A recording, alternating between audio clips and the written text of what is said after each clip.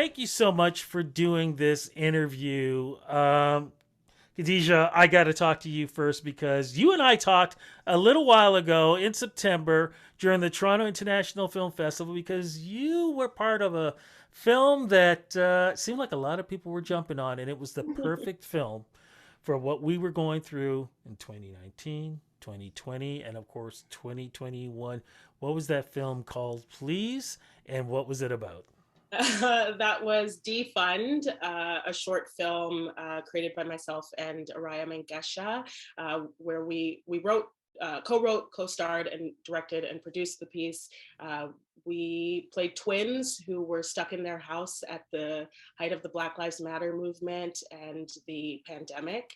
And one night the twins decide that they're going to go out into the world, leave the comforts of their home, and contribute to the attempts of activism to defund the police. And while they're out, they are confronted by an individual who lives in a park who reminds them that this type of activism, these attempts to defund the police, none of it is new. Yeah, and we've been very lucky to have had a lot of success with the film. We just recently found out that we are on TIFF Canada's top 10 short films of the year. So we're feeling very, we're feeling a lot of love, and it feels good to know that people are resonating with the subject matter in the film.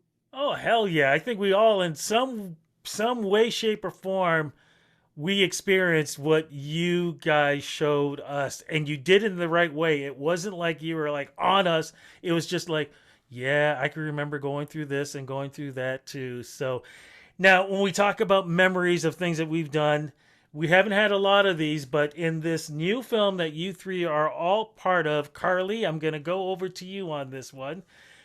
It is a film that made me laugh, but at the same time, going, oh my God, I've met these people, I've been to these kind of parties, and it's just like, oh, can you tell us what is this film called, Carly, and what is it about, please? Yeah, so it's called Pigs. And that was our goal. Like, we wrote it together, and our goal was definitely to have humor sprinkled in with more of the intense moment.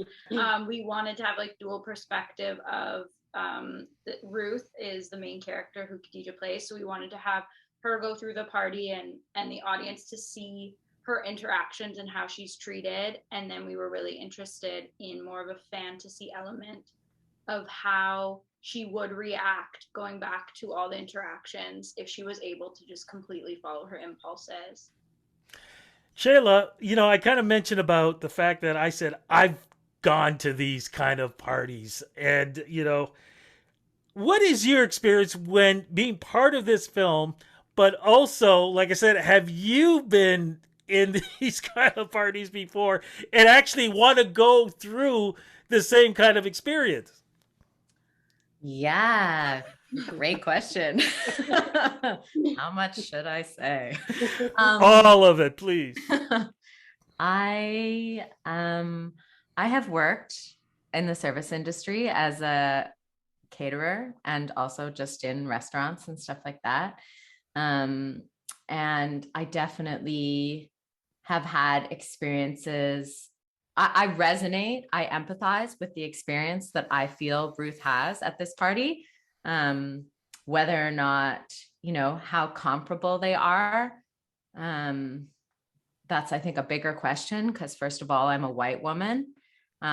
So my experience in terms of how I'm treated by people I'm serving or just people in general is certainly different in the world related to systemic injustice.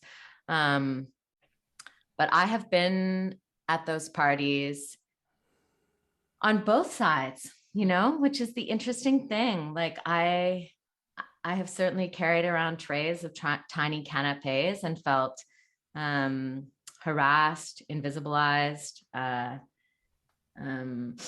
condescended to, mistreated, humiliated.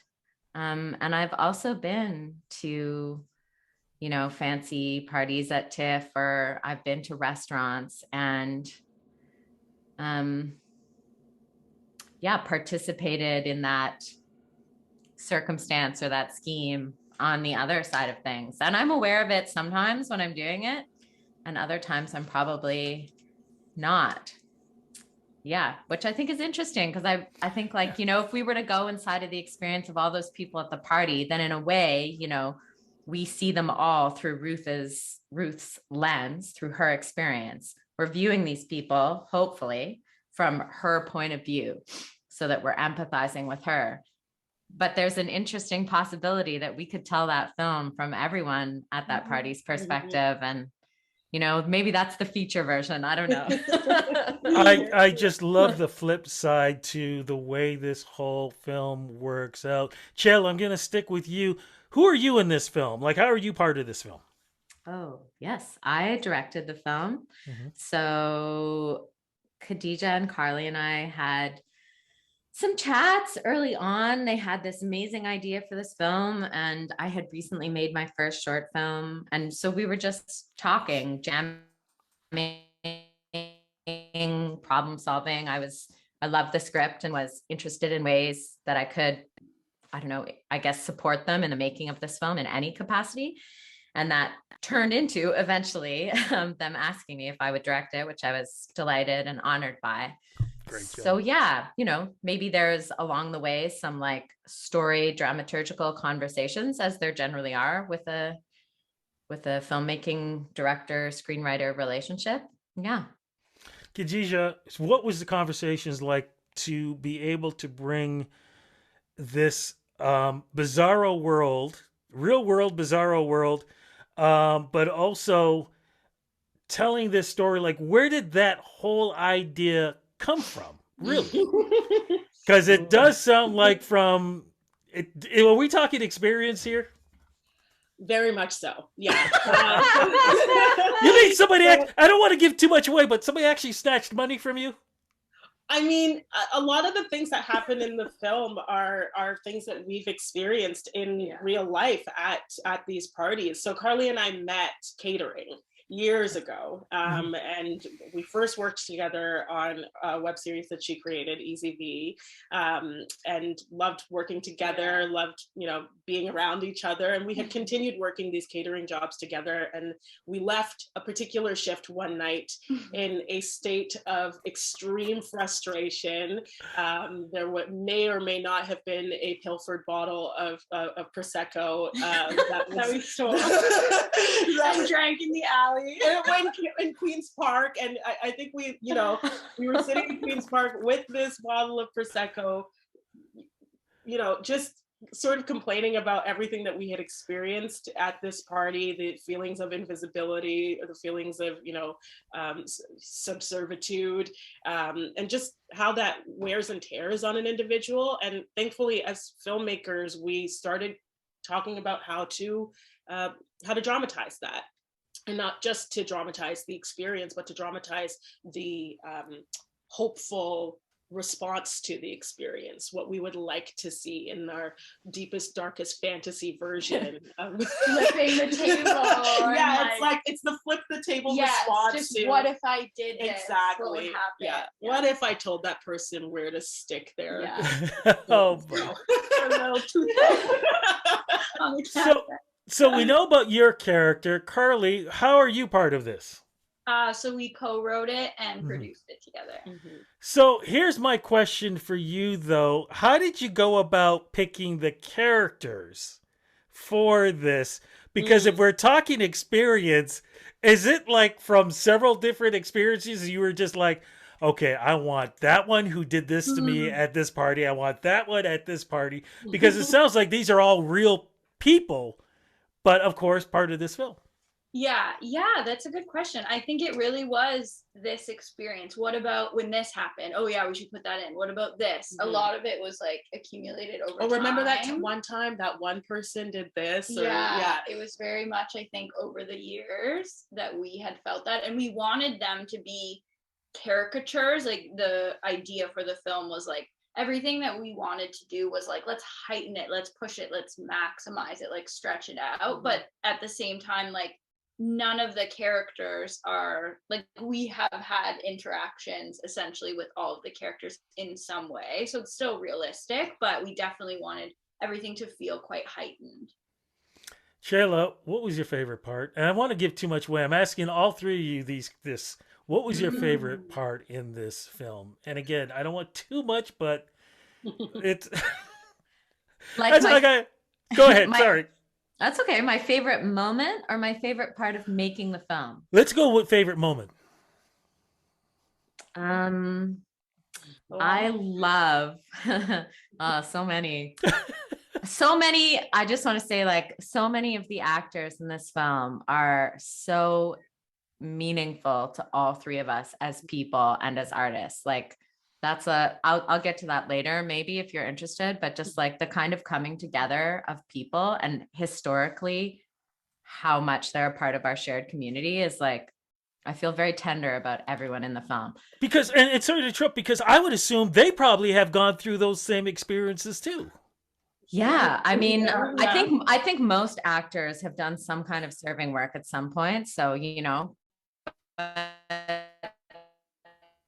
be a cool poll to take. In terms of my favorite moment, I don't know exactly what minute it's at, but it's after Khadijah's character Ruth goes outside and she's filling the ice bucket and she hears Amy Keating's character, whose name is Jenna. Yes. Having this phone conversation, and Khadijah gives this incredible performance, this look where she looks up and there's this beautiful green ivy behind her and she's holding the ice scoop and she's just looking off at Amy's character Jenna with this incredible look on her face that is both like awe, judgment, disbelief. Like, it just encapsulates so much. There's so much humanity in that moment. And to me, that's like the heart of the film. It says it all. Khadijah, your favorite part or moment? Oh, I would have to say, without giving too much away, Ruth's moment of catharsis. And, you know, there's the film leaves it to the audience to sort of discern whether, you know, anything that happens in that moment is real or not. So, but I will say it's real for me, and it's real for Ruth. Amen to Ruth. Amen to Ruth. Carly, you've got this last one. Your favorite moment or part in this film? Yeah, I don't think it ruins it. My favorite moment is one specific line, and it's from Rocky, and something happens. I don't want to say, but there's a reaction, and someone says, "My chicken." And I know that doesn't make absolutely any sense. We haven't seen it. It's out of context. It may not make much sense, but it's my favorite part. Yeah, and it's so subtle. You almost didn't hear it. That wasn't written. It was added by Rocky Rosario. Bless her. It was such an incredible performer. So thankful for her and literally everyone else attached to the project. But yeah, it's moments like that that's like, that wasn't written in the script, and she just threw that in. That's my thing. I love this. Khadijah, I'm going to let you, as we wrap this up, where can we see this? Because right now, as folks are, as we speak, you know, slowly they're getting off of work. They're going to be home for a little while, if they're not already home, because they're enjoying the holidays. This is a great film to watch during this time too. Where can we see this? So Pigs is available for streaming on CBC GEM. We premiered there on October 28th, and we'll be on CBC GEM for quite some time. So pull up, open your laptops. You know, it's free. It's free. It's free streaming online. Thank you to CBC on yes. that. Yeah, much CBC. Gratitude. Yeah. Actually, before we go, and I don't care who answers this one, why is it called Pigs?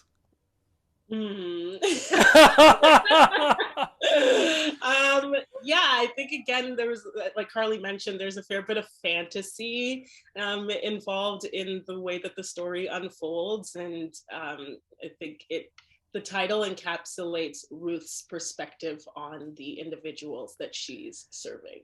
And there's a reason why the eye is upside down too, folks. Once you see the film, you're going to understand why that flip is there. Thank you so much for this interview. I'm looking forward to talking to you guys again on your next project, because so far we're 2 for 2. So I'm loving this. Thank you Thank again. you. And like I said, looking forward to the next project. Thank you Thank so you. much. Thank you. Yeah. Thank you.